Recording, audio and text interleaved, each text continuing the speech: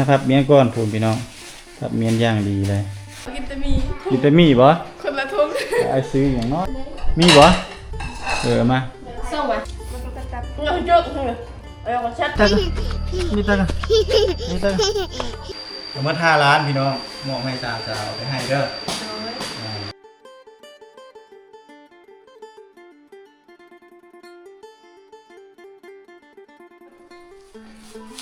หลังจากที่เพิ่นได้เครื่องโครงแล้วเพิ่นก็สิมาเก็บเมียนไปเนาะเดี๋ยวอาเชียนหาน็อตมายิงให้เด้อมื้อหน้าก่อนเด้อมื้อนี้ให้พับเมียนก่อนพูนพี่น้องพับเมียนย่างดีเลยได้บ่มีละให้จังซั่นก่อนก็ได้บ่เป็นหยังดอกแล้วก็ยังจะออกอยู่พับไว้ไว้ก่อนรักษาดีๆ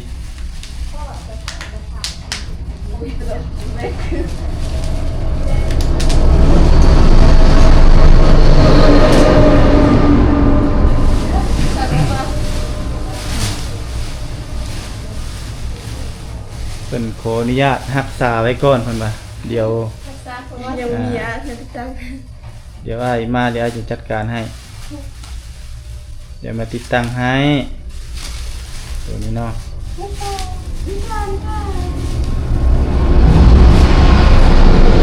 จะรักษาอย่างดีเลยได้พี่น้อย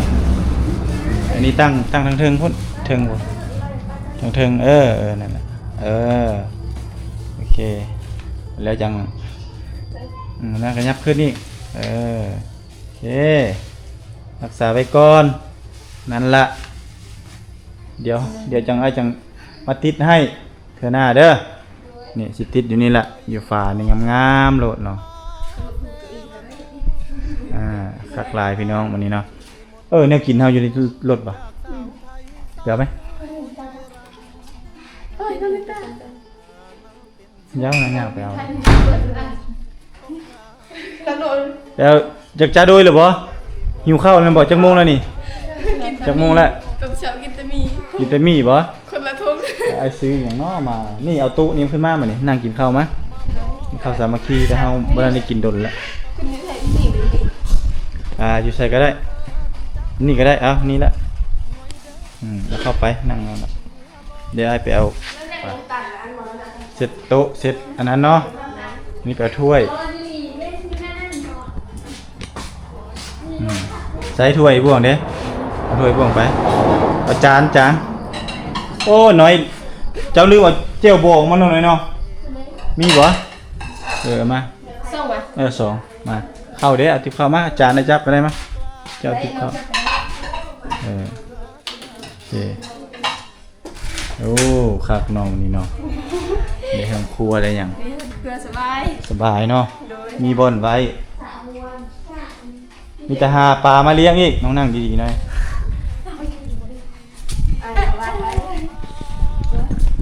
อ้าวจัดเจ๋งมื้อนี้โดยบาทซื้อเป้ซื้อปิ้งนี่แหละอ้ายก็ได้มาสู่กินก็ได้โดยเรียนนั้นที่ตลอดมีแล้วมีแรง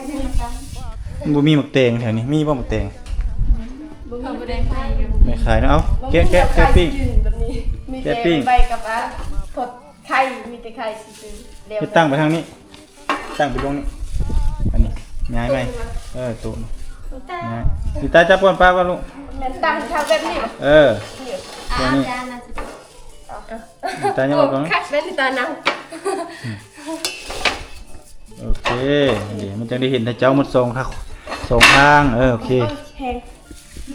อันนี้ก็ของทีมงานสร้างเนาะฝากไว้แม่นบ่ฝากไว้แต่นี่ก่อนกินข้าวสร้างบ่ก่อนสิมื้อแล้วมันเหลือเขาก็เฮ็ดไว้ให้ตอนนั้นยังอยู่บ่ได้เฮ็ดแพงชามชาวล้างอยู่บ่โจนี่คือผู้เล่นในสนามโจนี่คุยล้างที่ไทยเอาคือมัวเจ้าก็ล่างแล้วก็ใส่อันนั้นไว้อยู่ตั้งแก้ขึ้นออกมาล้างเก็บตาไปจูดแล้วได้ไว้ก่อนแล้วไว้อันนั้นได้เก็บนั่นน่ะใส่ฮักษาที่ฝุ่นมันนั่นโอ้ล่างเอาไว้ใช้นั่นแบบเปิดคนมากแต่น้องคงมากเอาไว้แต่อันนั้นเกินลงละหัว กินน้ ยอมตาจมน้ อันล่างไว้แล้วก็ไปเข้าไปแขกมาเลย ำเอาแกะแกะ ำเท่ไหม อันได้แจวนะ เท่ออกจากวิ่งแล้วออกมานั่นแหละ เข้า เอาแกะ ไปลูกยักษ์เข้าวะยักษ์เข้าไปกับ เขาเอามาเบิด มาอย่าเฮ็ดลูกอย่าเฮ็ด อะไร พอถ่ายคลิปอยู่ ไปกินนั่นนะ ไปกิน เลยจ้าใช่ไหมลูกหัวเขาอยู่บอก ไม่ว่า ลูกหัวเขาเออเดี๋ยวนะ ปี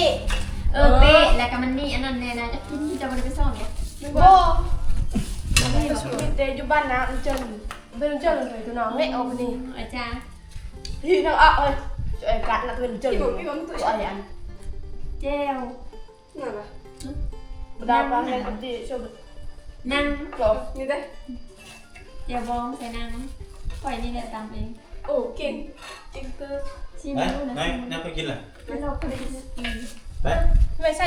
ได้หาเจ้าเป็นตัวใจ อีน้อยก็นั่งพักเถอะลูก นั่งลูก ไอ้จ๋าไอ้เจี๊ยอันบืนกันมีเหนียวแน่มีเอียงแม่แม่อะไรแซ่บ พี่ชัวร์เอ้ยการผมให้เพื่อนเจน อันนี้เอา อะไรนะจนจน นี่นี่ เนี่ยบืนลูกนี่ อันนี้เอานี่ เย็ด นี่นี่นี่อันนี้ใส่ถุง ผู้ให้ชอบมาผู้จะเอาให้ ใส่ถุงเอาไปไว้มัน ผู้ให้มันตั้งงานมันย่อยเอง ไป ตั้งงานนะ เนี่ยไปลูกเนี่ยไป ละลูกละลูกเยียดเยียดไปกับเยียดเยียดเร่งไปแย่ให้มาสิเออ เอา ช่วยไปนอนกิน กิน นอนนั่งตัวกินนาย ติดตาเนี่ยลูกมาเด้อ FC เด้อกินข้าวน้ำกัน เราเลยที่ทำจุด ตาเอิญ FC กินข้าวได้ไหมลูก มันให้ มือแน่นๆบ้างมาเด้อกินแซ่บๆเด้อมาเด้อ FC กินแซ่บๆเด้อ กับตาเด้อ กินวันนี้มาเยี่ยมน้องๆวันนี้เนาะ บ่มีอาหาร มีอาหารอย่างไรพี่น้อง น้องบ่มีอาหาร แต่น่าจะมาเฮ็ดเชชวนให้กินอีกฉลองเพื่อนใหม่เนาะ เลย ลืมหรือว่าใส่สวนนะ ให้ชวนแชร์ ใช่ กิน ปะ อยู่เพื่อนใหม่แห้งแซ่บแล้วเนาะบอก เล ก่อน ย เลย แชร์อยากให้พี่ก่อนชวนที่สุดเลย แซ่บ ไปกิน ถ้าคนถึงเลขก่อนคนมาเลี้ยง เมจ้าเลือกก่อน ซึ่งดัดอันย่ำอันตาถูกคอยขึ้นเลยเอา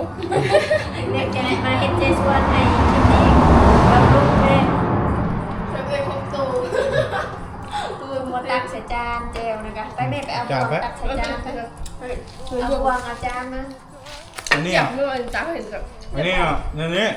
ที่พากินนี่เด้อ เนี่ยตะแล้วเฮ้ย นี่เอาข้าวนี่จ้ำเป็นเสาซีนจ้ำลงเขากินกัดกินซีนแล้วก็เอานี่จ้ำแล้วก็กินอันนี้เนี่ยน้ำตาลเนี่ย บาลานซ์ซ้อนก็จะเฮ็ดใบคิมเสร็จใส่กับหมู นี่เป็นนิตาสอน เลย เฮ็ดง่าย เองเขาคิดว่าเราสื่อเขาสื่อ พวกมันเด้อ เจ้าสื่อเป็นเพลงยังมันหนาคือหยิบเดียวอ่ะส่งเดี๋ยวพกตื่นไหมไปเอาถึงแล้วเดี๋ยว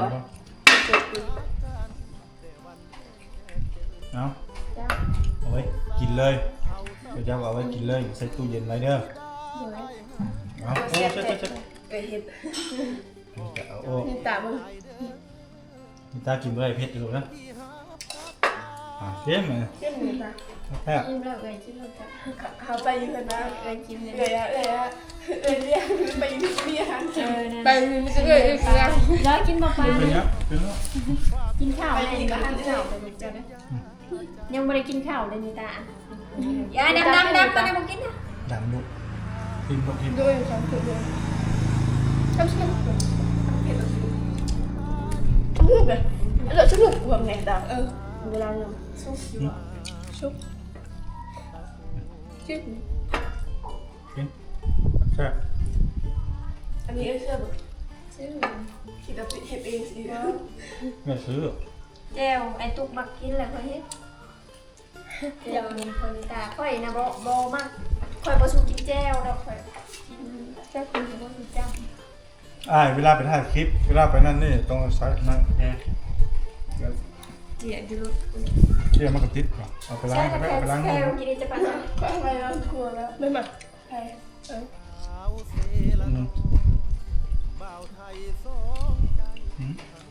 ใช่ปะ แซ่บ น้ำปลาเป็ดนัวตาลใส่นังมีสีกับใส่ซีดอะไรด้วยเนี่ยแล้วตำก็นั่นแหละบริษัทยังไง มื้อหน้าก่อนจะมาสอนให้แม่นิตามาสอน เ ชื่อเครื่องมาพร้อมชื่อเครื่องมันจะเมืองจะมาสอน ทำเสร็จก็ปลูกผลงานไปกินสบาย นี่ซื้อนี่มาเห็ดปีกเห็นป่ะเห็ดคือเขาเอื้อนบอกรสชาติให้ ปิดท้าย คือขายก็จะขาย จริงเหรอ อาจจะไปขายอยู่บ้านจะกันได้ขาย เป็นใครใครดีกว่า อาจอยู่นี่จะกลับว่าซื้อเลยจะ เพ ไป ราะว่า ซื้อ แม่มันคือแซ่บหลอกมันเพิ่มเอ้ยด้วยเครื่องไงหมดทั้งเทว่าพยายามนะน้องเบียร์กระต่ายหลอกล่อได้กระต่ายแล้วก็กระต่ายมาตั้มแล้วก็กระต่ายเราเยอะเลย จะแรงได้นะครับเลย ม่วนบ่ลูกหึม่วนบ่หึม่วนบ่เงินเดือนงามบ่หึหึเงินเดือนงามเงินอุ่นน่ะอุ่นน่ะอุ่นน่ะอุ่นน่ะอุ่นน่ะอุ่นน่ะอุ่นน่ะ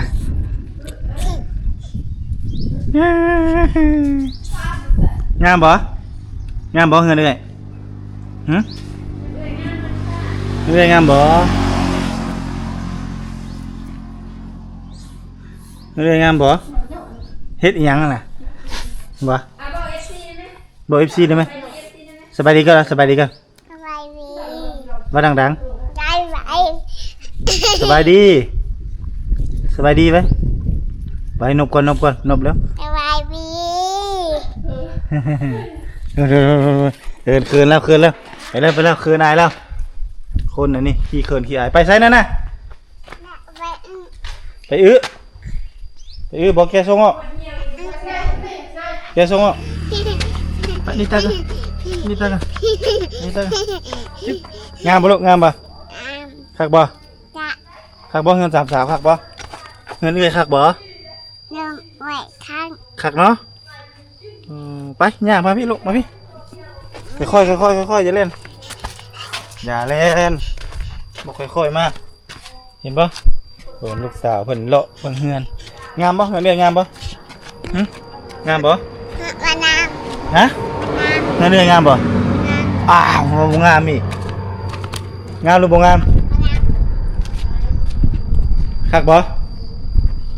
เงินเดือนฮะอย่าขึ้นเป่าเข้าลูกลงไว้ลงเร็วอย่าจะได้คันคายน่ะนะไงไว้คันคายน่ะเว้ย มาบูเล้ง ฮะหมูเด้งบ่ติดต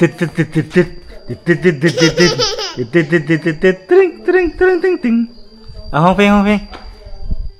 เด้งเอาห้องเอาเต้นบ่เต้นให้ไหมเอาฟ้อนได้ไหมฟ้อนแล้วม่วนบ่อยู่เฮือนเอื้อยม่วนบ่เฮือนเอื้อยเฮือนสามสาวม่วนบ่ฮะม่วนบ่เฮ็ดอีสังอะไรไปหาสามสาวไปบ่ไปมาพี่ไปตึงเอาบ่ไปพ่อไปสาวเด้อพ่อไปก็เด้อ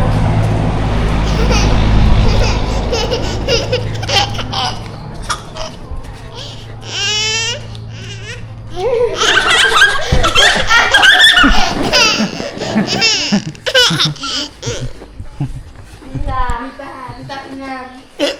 ามคือเมย์เลยแบบวันองเด็ก เปิดพัดลมเลยฮอนเด้เปิดพัดลมเด้อ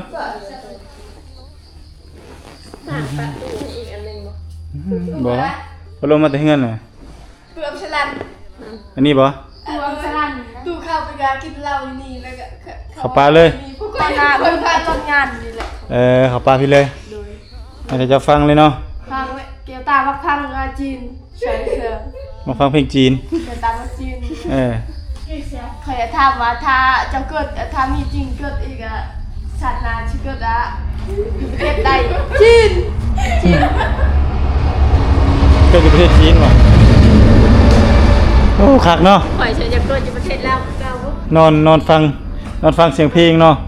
นอนฟังเสียงรถอันนี้ออกมา บ่ฮ้อนมานอนกลางคืนจ้ะโอ้ในมือได้ฮ้อน ได้3คนก็เปิดพัดลม จะละอะไรหมดเอ้ยแรกเขาตัดหัดเอาเว้ย เออ เราหมดแล้วก็ตัดไปหมดจะไม่แท้ เออโอเคโอ้ เป็นได้ดีมั้ง ก็ไปโพดอ่ะ ได้ก็ โอเคได้แล้วเออ แล้วคักมีการยาคือไม่ คักเนาะคักคายเครื่องนี่คักเลยถ้าเจ้านี่สบายนี่เนาะคือเครื่องแน่นี่อันนี้ก็เป็นบ่อนโซฟานอนอยู่นี่เลย นอนเบิ่งคือค่ะนอน เออนอนขายเครื่องอยู่นี่อันนี้ยับไปเขาบอกให้นอนติดเหลี่ยม อันนี้ยับไปพุ่นอันนี้คาลัม บอกอันนับลงไป คำบอกยับออกพุ่นก็ยับมาพี่ยับมาพี่ก็ได้มายับมานี่ตาเอ้ยยับออกก็ลูกบอกให้ คิด มี เลย เรื่อง คิดเลยคิด เอ เลย อ คิดเลยอ่ะ นี่โอเคนี่เอาเข้าเหลี่ยมตัวนี้โอ้ประมาณนี้แหละเอาได้ส่วนนี้แหละเอาลิ้นลูกลิ้นลิ้นเลยลิ้นเลยลิ้นโลดสะดวกสบายสบายท่างนี้สิแจ้งก่อนเนาะทางนี้แจ้งคักได้นี่คักบ่เฮือนเด้อคักบ่ถึงจริงเป็น อยู่บ่อยู่น้ำเอื้อยบ่ฮะ ยืนเลยบ่เอามือเลยดีเลย อยู่เอื้อยบ่อยู่เอื้อยบ่ถึกใจขนาดแล้วมันได้อยู่นี่เนาะในลิ้นน่ะถึกมกถึกใจเพิ่นอันยับเข้าใกล้ๆเมจิตาอย่างนอนเขาไปนอนในห้องออกไป ห้องเลยบ่คนก่อนที่เดินติดกับจ่าไอ้เราเย็น นอนเลยละ โอ้ย นอน ไม่มีสุดใจนะ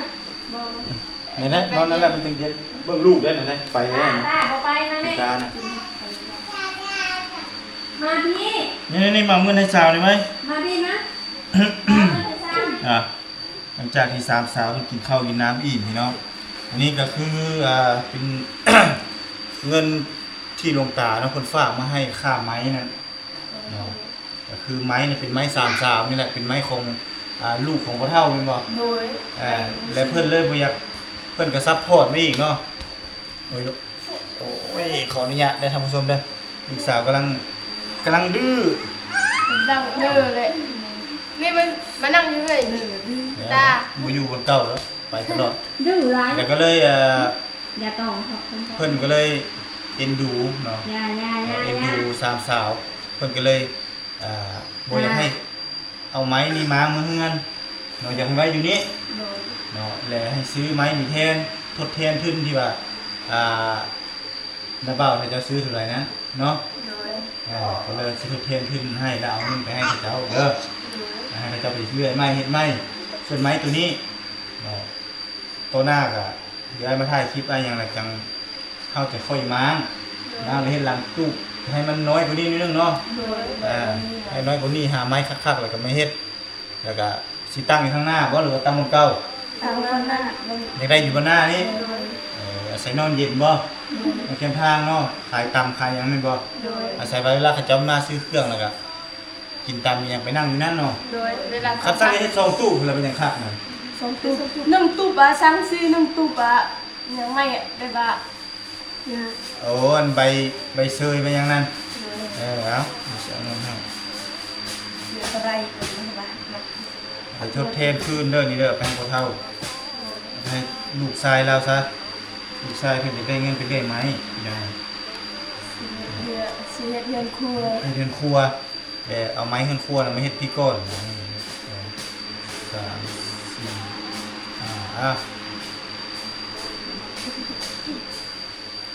พี่น้องเอามา5 ล้านพี่น้องมอบให้สาวเอาไปให้เด้อไปให้นั่นพ่อเฒ่าเนาะให้พ่อเฒ่านั้นเพื่อให้เพิ่นไปซื้อไม้เนาะทดแทนไม้ตัวนี้ก็เช่นสามสาวเลยเนาะนะครับไอ้ตู้พยังแล้วไอ้อนาคตเบื้องหน้าเนาะเขาได้ขายเครื่องขายอย่างต่างๆน้อยบ่แม่งไม้ขึ้นไปโต้ลูกนี่นะ อย่าเอ้ย มีเงิน บ่แม่มีหยังต่างๆเอ้าแต่เจ้า3คนมีหยังบอกลูกตาก็บอกเพิ่นเลยที่เพิ่นข จัดติ่มทุกอย่างเบิ้งอยู่ทั้งเงินทั้งสร้างทั้งอีสานพร้อม ครบเลย ครบเลยตู้เพิ่นก็ยังบ่ได้ให้มาไม้มันก็ยังเอาเงินเทคืนให้เลยเอามีหยังบอกเพิ่นก็บอกเพิ่นจัดทั้งเงินพร้อมจัดเองหน่อยที่ จั มั บ น มันเลยเราจะดูเลย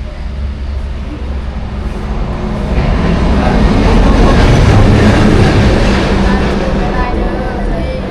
ที่เล่นตาลูกหลานทั้ง3ตัว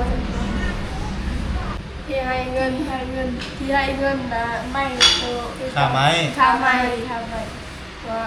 พอเท่า ขอให้ลูกตา ขอให้ลุงตาจงมีแต่สุขภาพสำเร็จขอให้ลุงตาจิ้วเจริญในศีลธรรมสุขภาพแข็งแรงปราศจากโรคภัยไข้เจ็บอยู่เป็นโรคเป็นโรคสายใจไข้หลานตลอดไปเด้อ สาธุ สาธุสาธุสาธุ โอเคแล้วเนาะพบกันใหม่คลิปหน้าท่านผู้ชมสำหรับคลิปนี้บรรทุกทำภารกิจเสร็จแล้วเนาะเอาสบายดีท่านผู้ชม สบายดี บาย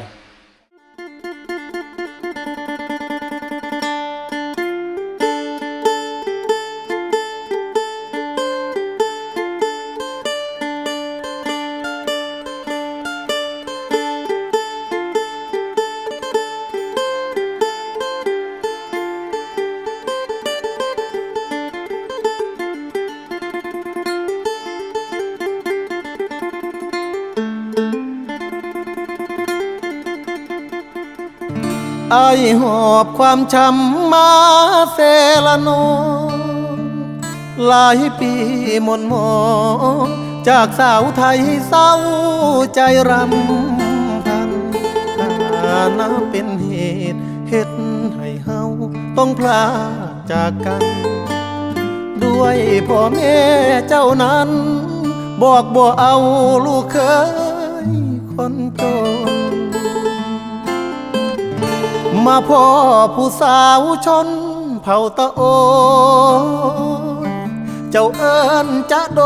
ยง่อยเด้อชื่นใจเหลือล้นเธอชื่อธิดาสาวชนเผ่าตะโอยหน้ามน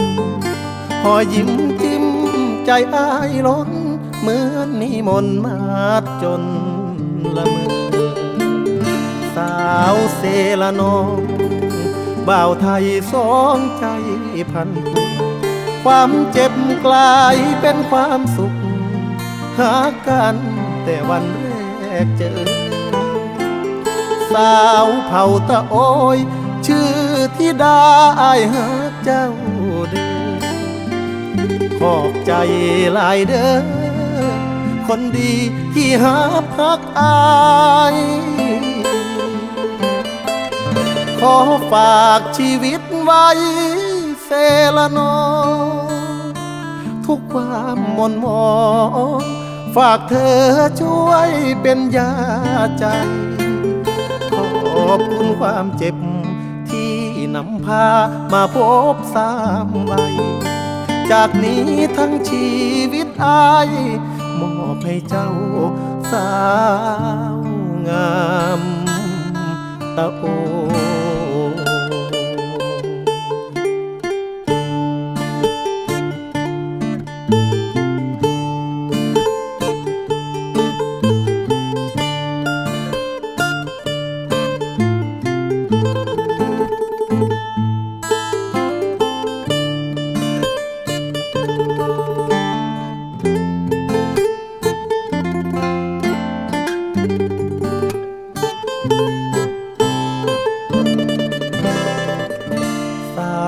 เซละนองบ่าวไทยสองใจพันผูกความเจ็บกลายเป็นความสุขหากันแต่วันแรกเจอสาวเผ่าตะโอยชื่อธิดาอายหาเจ้าเด้อขอบใจหลายเด้อคนดีที่หาพักอายขอฝากชีวิตไว้เซละนองทุกความหม่นหมองฝากเธอช่วยเป็นยาใจ ขอบคุณความเจ็บที่นำพามาพบสามวัยจากนี้ทั้งชีวิตอายมอบให้เจ้าสา